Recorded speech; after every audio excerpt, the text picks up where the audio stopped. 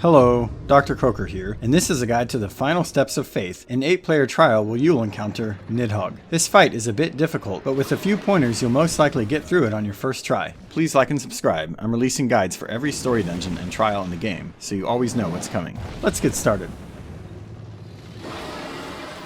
There are 4 phases to this fight. Let's jump into phase 1. The tank needs to face Nidhogg away from the group as he does fire breath attacks.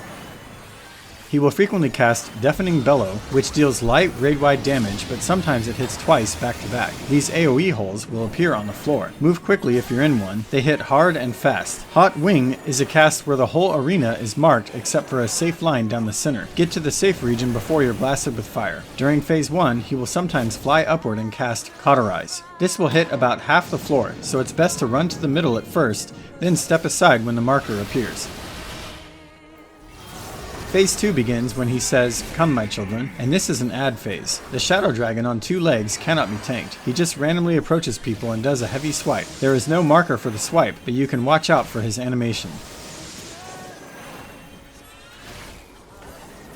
The other 2 adds need to be tanked and face away from the group.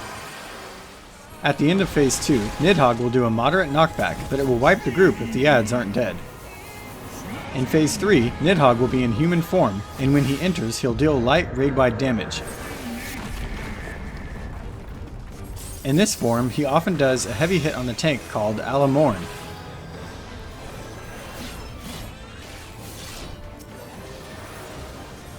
And a line AoE effect called Gearskogel, which is marked and unavoidable.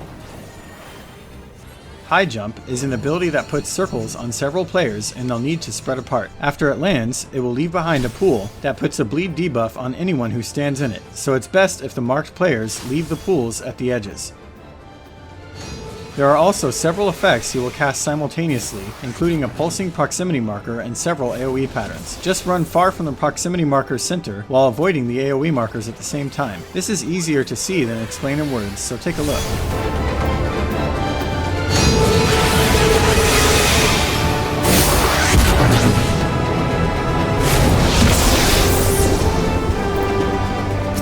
Once he says, Broodmother, you are entering phase 4. Phase 4 is basically phase 1, but meaner. He'll do everything from phase 1, but while on fire and adding a few new effects. Now, in addition to Hot Wing, he will do Hot Tail, which is the opposite effect. A line will run down the center that will be blasted with fire, and all players need to move away from the middle line.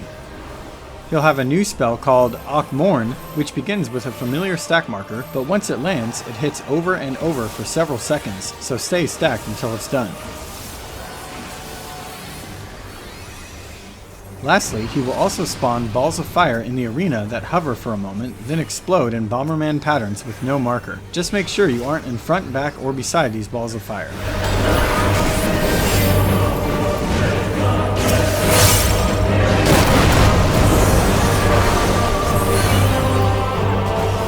And that's it for the final steps of Faith. Have a blast, and I'll see you next time.